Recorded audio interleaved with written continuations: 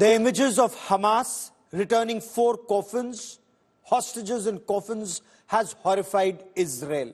The youngest victim, barely 9 months old. The oldest returned today, 83 years old. How is Israel responding to this? Will this have an impact on the ongoing ceasefire? Joining me now for more on this developing story is Reuven Azar, Israel's ambassador to India. Ambassador Azar, welcome to India today. Heartfelt condolences, Ambassador. Have these 4 bodies been positively identified? Receiving a coffin of a 9-month-old baby or an 83-year-old man must be extremely painful, sir.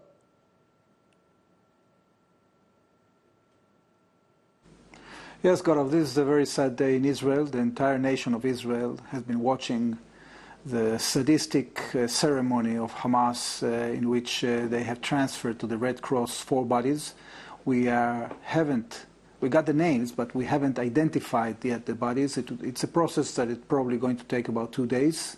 We're going to have to extract DNA from these little babies and their mother and another hostage. All in all, 4 bodies, in order to make sure that indeed these are the bodies of Shir Bibas, Kfir, Ariel, and Mr. Lifshitz.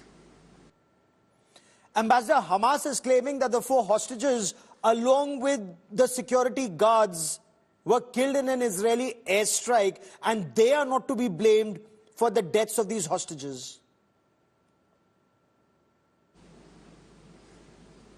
Well, first of all, the fact that they were taken from Israel is a war crime. They shouldn't have been taken. A young mother with the babies, we saw the videos.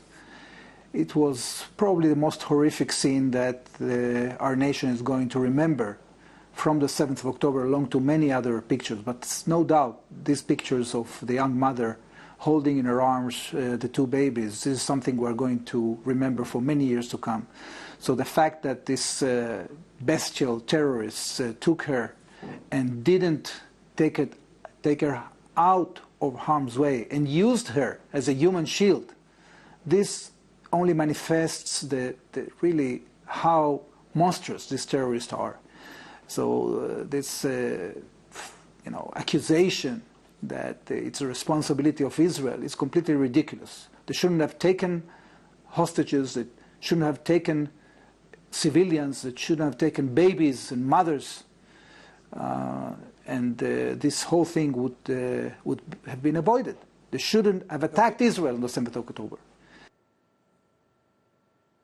Okay, but does receiving these coffins, and I believe 4 more hostages are likely to be handed over in coffins in the next 48 hours, what impact, if at all, is this likely to have on the first phase of the ceasefire, which is likely to be in place till early March?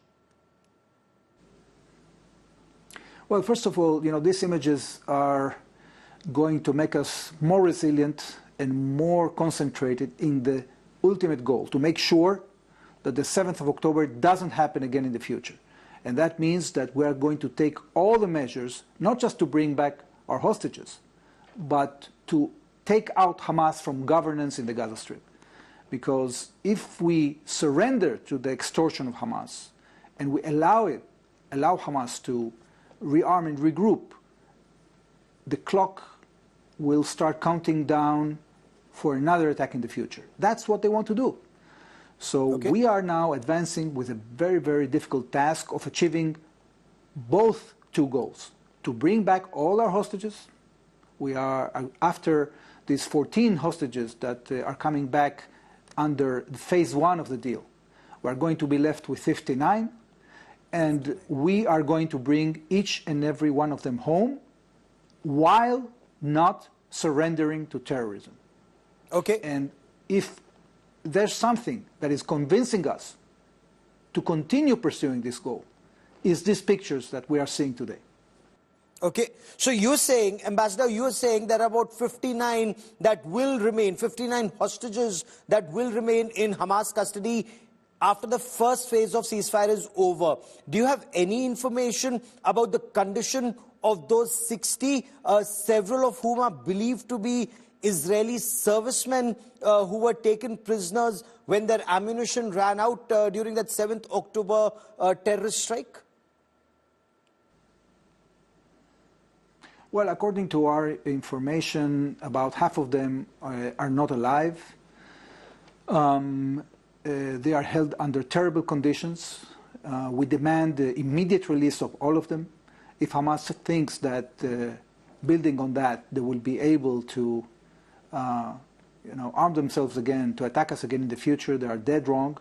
What they have to do is to surrender power in the Gaza Strip, to allow the Palestinian people that has suffered also from the tragic results of this war to be led by decent people, by a leadership that will be more pragmatic, more moderate, will engage with the international community. Nobody in the international community is going to come and rebuild the Gaza Strip while these terrorists are in control. So during the second phase, what we are expecting to see is a negotiation that will bring diplomatically to the removal of Hamas from control in the Gaza Strip. If it doesn't happen, please. If it doesn't happen diplomatically, it will happen militarily. We want to avoid that. We prefer to continue with diplomacy, to finish this war, to bring all the hostages, and to remove Hamas diplomatically from control in the Gaza Strip. Okay, because what I want to understand from you, Hamas is reported to have said they will not return any more hostages after phase 1 unless Israel agrees to a permanent ceasefire and Israel withdraws from Gaza completely. You are saying that forward movement will only happen once Hamas is no longer in control of the Gaza Strip, because nobody can rebuild Gaza with Hamas in charge. So, is the Hamas condition acceptable to Israel?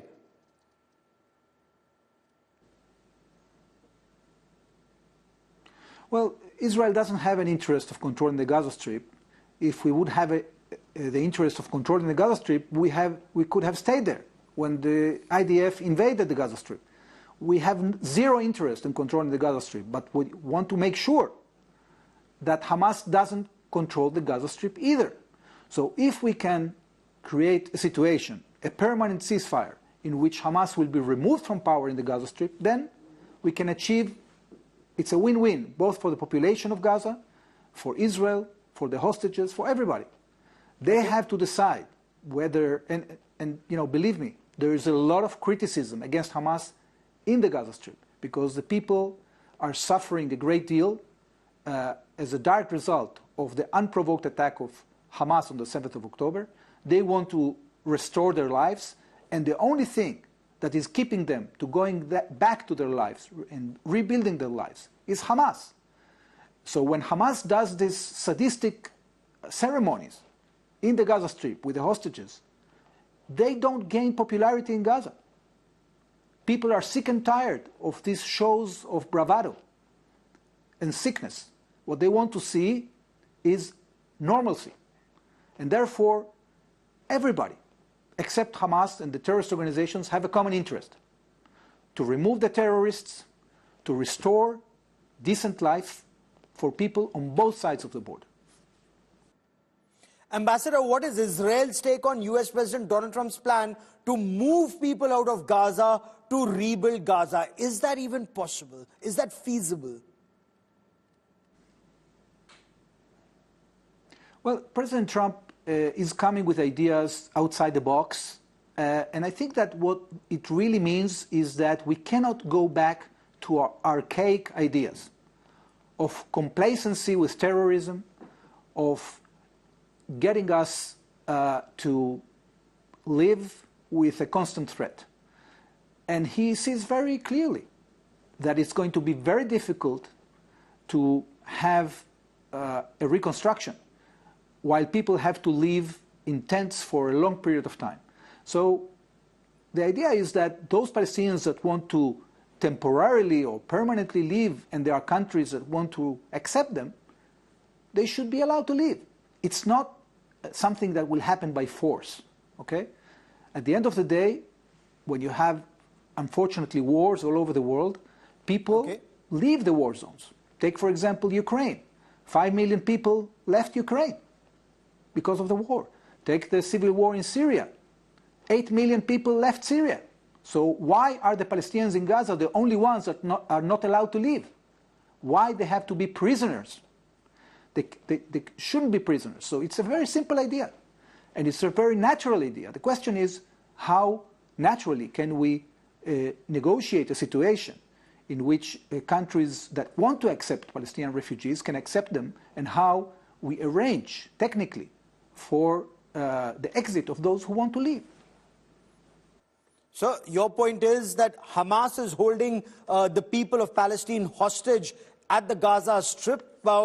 In case they are to be moved out for redevelopment of that region, is there a roadmap for it? Is there a time frame for the implementation of the Trump plan, which you believe is an out-of-the-box solution? Is that even doable? Because there are several countries that are they're opposed to such a plan. I think that this is being discussed behind the scenes. We have to, first of all, make sure, as I told you, that Hamas, it's out of control in the Gaza Strip. It's very clear that as long as these radical Islamic terrorists are there, nothing much can be achieved. And once that is achieved, then I think a lot of windows of opportunity are going to be opened for the Palestinians in the Gaza Strip. Okay. Is there an apprehension, Ambassador, that this conflict could actually escalate and not remain confined to the non-state actors, and perhaps Hamas may not return more hostages after the end of phase 1 of the ceasefire? Yes, it could certainly escalate, because Israel is not going to allow a situation in which Hamas remains in control in the Gaza Strip. It continue extorting both Israel, the Palestinian population, and the region as a whole. Okay, and could the Israel-Hamas conflict widen into a regional conflict if there is a breakdown or ceasefire, if people are compelled to leave the Gaza Strip? I don't think so. Look, Hamas tried to widen the conflict, and we saw how Nasrallah, who probably is going to be buried in some kind of sick funeral in Beirut in the coming days, tried to play with it in the regional scene. Israel has removed the regional threat. Israel has defeated Hezbollah. Israel has exposed Iran, has attacked Iran in retaliation for attacks coming directly from Iran. So I think that the appetite in the region to attack Israel again are not very high. There are still the Houthis in Yemen. They do not constitute a serious threat on Israel. So I don't think that there is much of a chance of regional escalation. Hamas understands very well that their army was defeated in the Gaza Strip. The only thing that they have is the pickups. They can still have some tunnels. They can try to challenge our forces. But at the end of the day, this is not going to be a major obstacle for the IDF. The IDF is ready. We have reinforced our forces in the southern Israel. We have recruited some additional units, and we are ready. And they understand that very well. So it's either they work with the mediators and the rest of the international community to remove themselves from the Gaza Strip, and if they don't, Israel will feel completely free to re-engage in military operations. And with President Donald Trump in the White House, is Israel more confident that it will be able to carry out its offensive against the Hamas? And how do you separate the people of Hamas from the Palestinian people who've been suffering this conflict between the Israeli Defense Forces and Hamas? I think that we are getting support from the White House. We have seen it in many ways, both in the release of ammunition, different kinds of ammunition that were withheld before President Trump came to power in the White House. We are seeing it in the statements, in the public statements of the president. And he has said time and again that he's going to give all the support for Israel to do what is best for its national security. Okay. Ambassador Reuven Azar for joining me here on India Today. Many thanks. We'll be tracking developments on the story very, very closely. Hoping for peace. Thank you for joining Thank you, Gaurav.